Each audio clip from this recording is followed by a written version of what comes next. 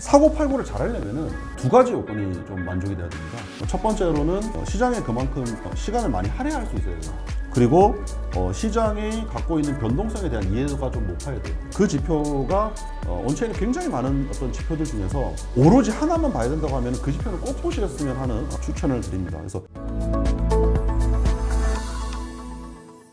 그러네요. 그런 흐름들은 더 가팔라질 수밖에 없고 앞으로도 어떤 시대의 전환에 대한 부분들을 감안할 때 비트코인이 자산으로서 가치 저장 수단으로서 더 우위에 있다. 이건 동의할 수밖에 없는 말씀인데요.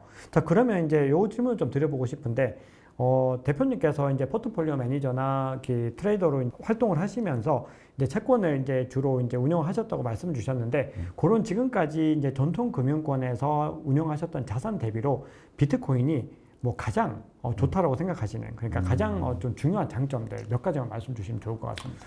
비트코인이라기보다 이제 크립토 코인들이 가지고 있는 특징들을 조금 얘기를 해보자면, 네. 일단 이제 전통 자산들이 가지고 있는 속성들이 섞여 있어요. 코인은 예를 들어 어떤 비즈니스에 대해서 그 투표권을 가지고 있는 게 이제 주식이 그런 어떤 의결권을 가지고 있지 않습니까? 네. 그런 면도 코인이 가지고 있고, 또 반면 그 움직이는 어떤 기능적인 측면에서 보면 페어로 거래되는 거는 또 외환하고 되게 닮아 있어요. 뭐 비트코인 대비 달러 뭐 이런 식으로, 그죠?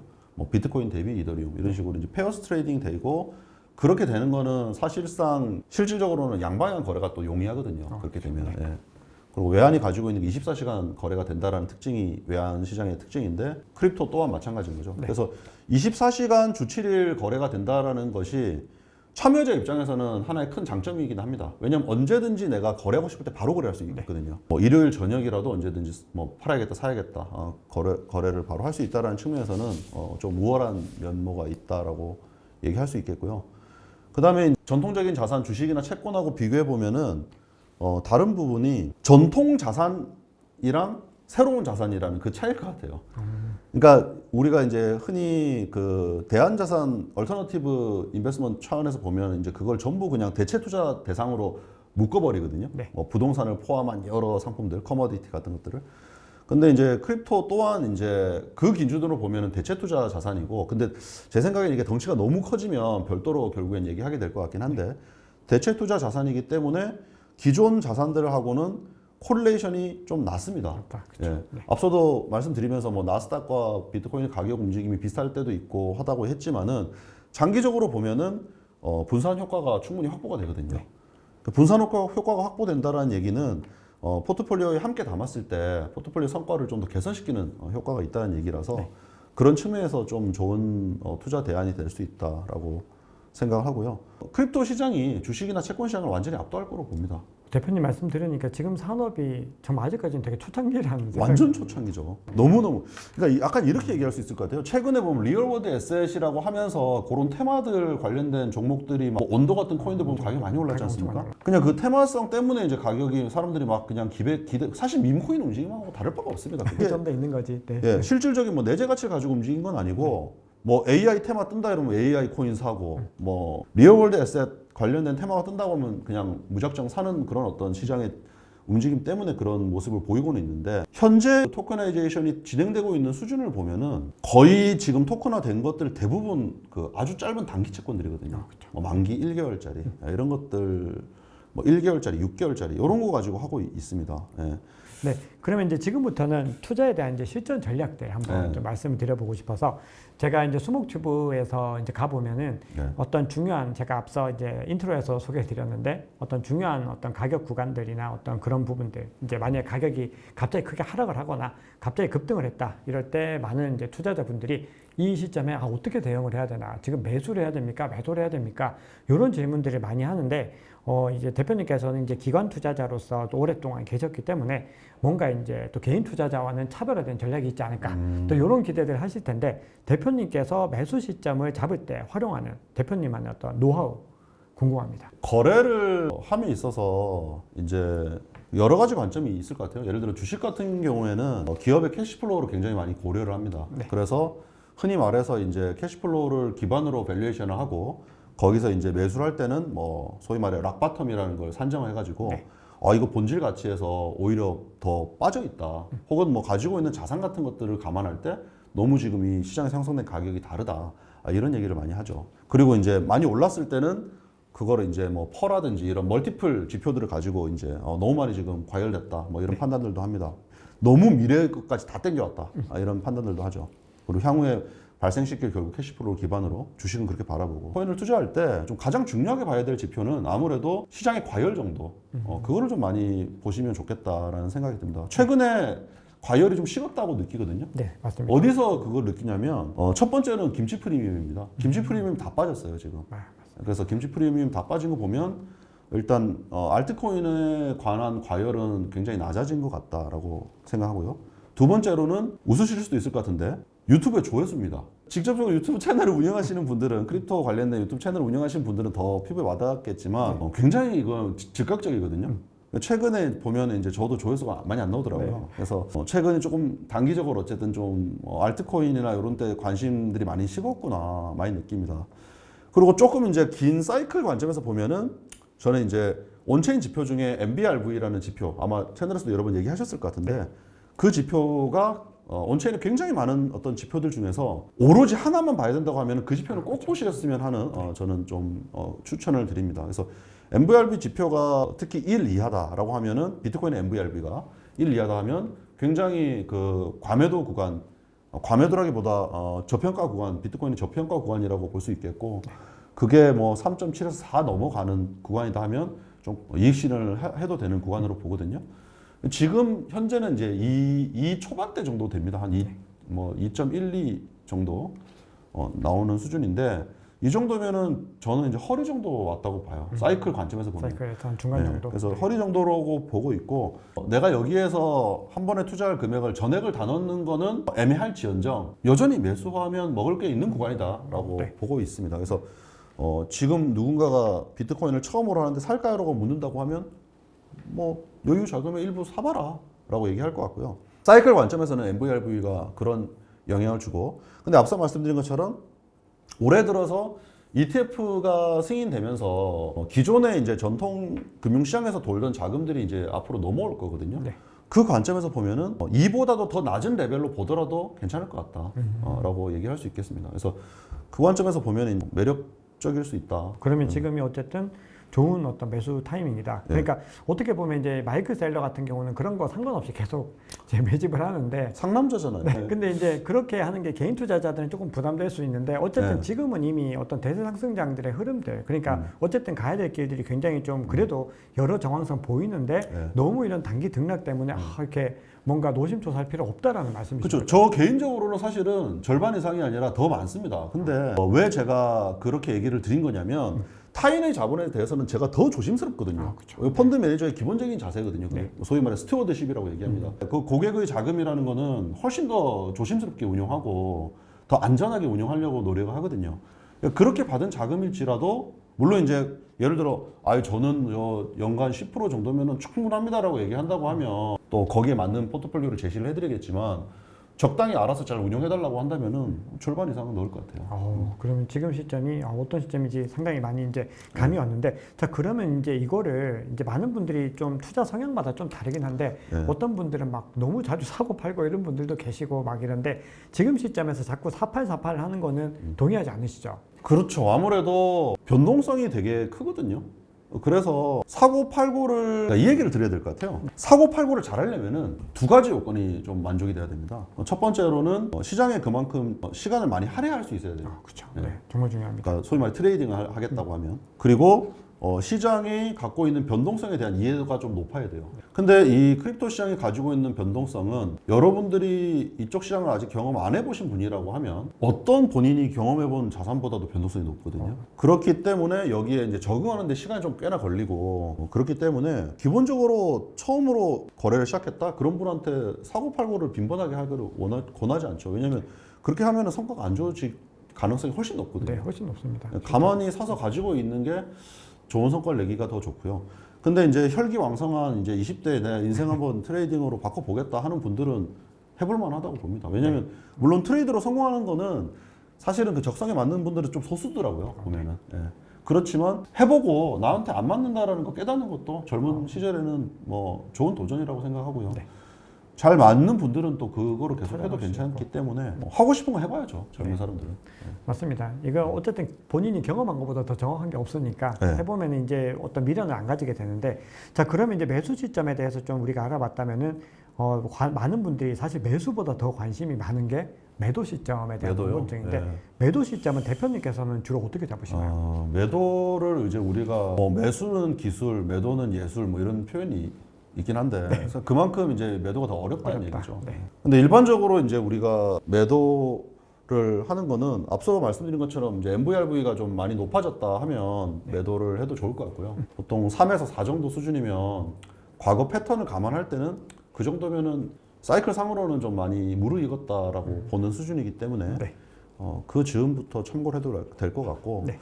일반적으로 매도에 대한 이제 관점을 좀 말씀드리자면 본인이 진입 시점에 설정한 타겟 수준까지 왔으면 그게 이제 MVRV를 타겟을 했다고 하면 MVRV가 될 수도 있겠죠. 네. 진입 시점에 내가 MVRV 이 정도에 진입을 했는데 뭐 이거 3.5 정도 되면 나는 비트코인 MVRV 3.5 정도 되면 팔겠다라고 생각했다면은 그때 이제 파는 것 혹은 뭐 내가 가격을 9,500만 원에 들어갔는데 2억 정도 돼가지고 더블 정도 나면 알겠다. 나는 이거 팔아갖고 내가 뭐 3천만 원 넣어가지고 샀는데 6천만 원 돼가지고 6천만 원 갖고 뭐 내가 원했던 차를 한번 사보고 싶다 뭐 그런 목표에 기반해가지고 매도하는 것 그게 처음에 설정한 목표에 이르렀을 때 매도하는 거 한 가지가 될 수 네. 있겠고 두 번째는 보통 매도의 또 다른 대안은 더 매력적인 투자 대안이 떠올랐을 때거든요. 네.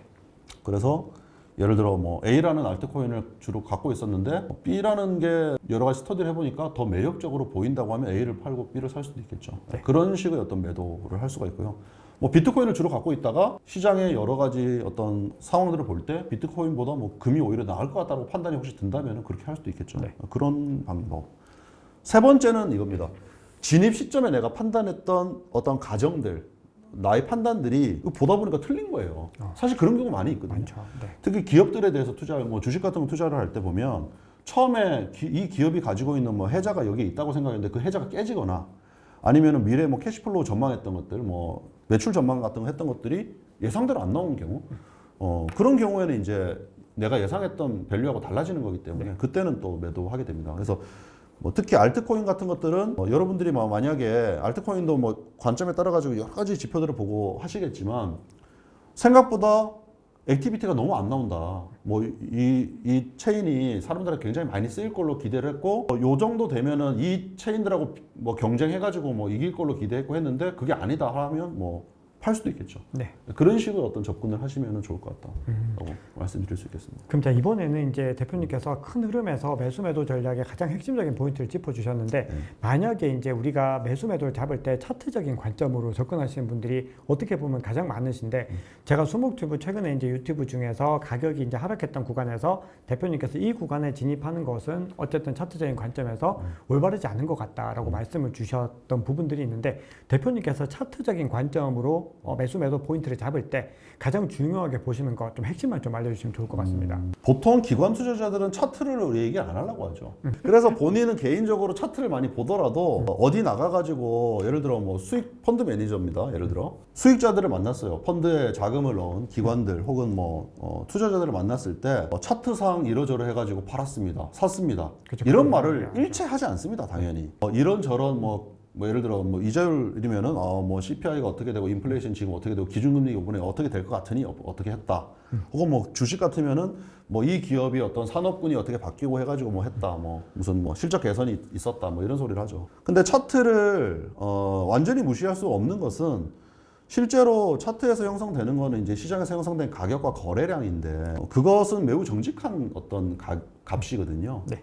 그래서 차트를 또 참고를 하게 됩니다.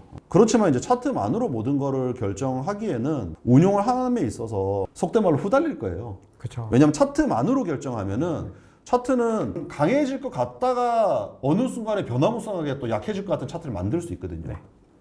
그래서 차트만으로 모든 걸 결정하면은 그 운용이 성과를 잘 내기 좀 대부분의 경우 쉽지 않습니다. 그래서 이제 차트는 참고사항으로 보시라고 일단 먼저 말씀드리고 싶고요. 네. 그럼에도 불구하고 이제 이거는 뭐 어떤 차트의 패턴일 때 매수 매도 할 때 유리하더라라는 거는 사실 뭐 저 나름대로의 기준들이 있어요. 네. 근데 그거를 이제 여기서 구두로 얘기하기는 좀 어려울 것 같고 차트를 계속 보다 보면 스터디 하다 보면은 참고할 요인들은 분명히 있긴 합니다. 그렇지만 매 순간의 의사결정을 그걸로 하는 것은 매우 어렵다. 네. 그리고 실제로 운용을 함에 있어가지고 트레이딩을 저는 뭐 오랫동안 기관에서 해왔지만 실제 어떤 마음가짐으로 운용하냐면요. 물론 퀀트 투자 같은 거 하면은 이제 따박따박 돈 버는 데 집중을 해요. 네. 근데 저는 이제 주로 매뉴얼 거래를 많이 했고 대부분 분들이 퀀트 투자가 아닌 매뉴얼 거래를 하실 것 같은데 그 경우에는 어떤 관점으로 시장을 바라보냐면 시장에서 큰 장 2번, 3번 먹으면 그 해 벌어야 될 돈 목표 수익을 훨씬 넘어서거든요. 네. 그러니까 중요한 거는 자신의 템포 조절과 그 중요한 결정적인 기회를 놓치지 않는 게 중요하기 때문에 결정적 기회. 네. 예, 차트를 뭐 여러분들이 연구를 하면서 하더라도 뭐랄까요, 막 수시로 트레이딩 샀다 팔았다에 집중하기보다는 전반적인 그 어떤 시장의 흐름이 어떠하다라는 거를 해석하는 정도의 관점에서 보시는 정도로 활용하시는 게 좋지 않을까라고 말씀드리고 싶습니다. 네. 과거에 이제 패턴처럼 이제 약간의 패턴이 달라지더라도 이렇게 급등 구간이 왔다가 이제 상승 구간이 왔다가 크립토 윈터 구간으로 다시 접어드는 그런 구간들이 이번에도 나타날 거라고 보시나요? 그 부분이 저도 솔직히 모르겠어요. 왜 모르겠냐면 지난 패턴하고 다른 부분은 기관들이 들어오는 비이클 ETF라는 게 생겼단 말이에요. 네. 그래서 사이클의 영향력은 반감기 그 사이클의 영향력은 시간이 갈수록 줄어들 텐데 네. 지금부터는 기관들의 어떤 논리에 의해 가지고 움직일 가능성이 높고 또 하나의 변수는 미중 간의 패권 전쟁. 네. 예, 거기에서 그 경쟁이 치열해지다 보면 그러니까 서로가 이제 지금 전 세계가 하나의 목소리로 움직이는 시대가 아니지 않습니까? 네. 그러니까 궁극적으로 인플레이션이 유발되는 것도 거기에 기인하는 거고요. 그렇죠. 네. 전 세계가 다 같이 우리 친하게 지내고 너는 뭐 생산하고 나는 뭐 싸게 줄게 이러면서 하면은 사실은 뭐 지금 같은 인플레이션은 형성되지 않았을 것 같은데 그것보다는 뭔가 힘의 논리, 정치의 논리에 의해 가지고 돌아가는 시장이기 때문에 그것이 비트코인의 가격에도 영향을 얼마든지 줄 수 있는 중요한 변수라고 보거든요. 네. 갑작스러운 어떤 폭등을 유발할 수 있다라는 거죠. 네.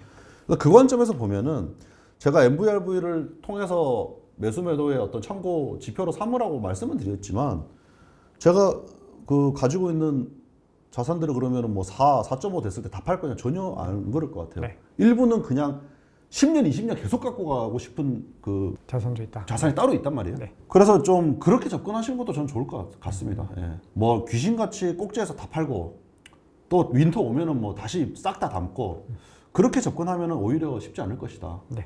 부동산을 오래 하시는 분들이 그렇게 안 하지 않습니까? 네. 부동산은 그냥 계속 끌고 가고 뭐 상황에 따라 가지고 좀 과열됐다 싶으면은 뭐 좀 집 몇 채 팔고 또 뭐 상가 같은 거 팔고 또 그렇게 하고 하지만 뭐 본인이 살 집까지 다 팔고 그렇게는 잘 안 하시거든요. 네. 부동산을 주로 하시는 분들을 보면 비슷하지 않을까 싶습니다. 예. 맞습니다. 이 비트코인이라고 하는 자산을 뭐 그 주기에 맞춰서 딱 사고 팔고를 그렇게 한다는 거는 사실 좀 신의 영역이라고 봐야 될 것 같고 네. 또 그렇게 하는 것이 장기적인 투자 관점에서는 분명히 좋은 방향성이 아니라고 생각을 합니다. 네, 그럼 지금부터는 알트코인에 대한 질문들 이어가 보겠습니다. 대표님과 투자 전략에 대한 이야기들을 많이 나눴는데요. 자, 이번에는 대표님께서 가장 관심 갖고 계시는 알트코인 섹터 무엇인지 궁금합니다. 가장 중요한 건 아무래도 토크나이제이션이 제일 중요한 어떤 테마이기 때문에 앞으로 소위 말하는 RWA라고 얘기하는 리얼월드 에셋 그 테마가 좀 많이 중요하다 이렇게 생각하고요. 네. 그리고 또 하나는 비트코인의 어떤 생태계 확장 또한 좀 흥미롭게 보고 있습니다. 그래서 비트코인이 과거에는 단순하게 가치 저장 수단 그리고 가치 교환의 수단 정도로 쓰였고 그거를 공격하는 혹자들은 비트코인으로 커피 사 먹을 수 있어요? 뭐 이런 질문하시는 분들도 많이 있었죠. 네. 근데 이제 오디널 시어리라는 게 KC라는 개발자가 그분이 이제 그 비트코인 코어 컨트리뷰터 중에 한 분이었던 분인데 네. 오디널 시어리라는 걸 가져오면서 비트코인 상에서도 티 같은 걸 만들 수 있는 그런 환경을 좀 만들었어요. 네. 그래서 거기서 나오는 오디널스 그리고 또 그 비트코인 상에서 체인 상에서 또 별도의 그 코인을 만들 수 있게 환경을 만들면서 그 또 룬 프로토콜이라는 게 또 만들어지면서 지난 반감기부터 해가지고 나오고 있습니다. 그래서 이런 것들을 좀 재밌게 보고 있습니다.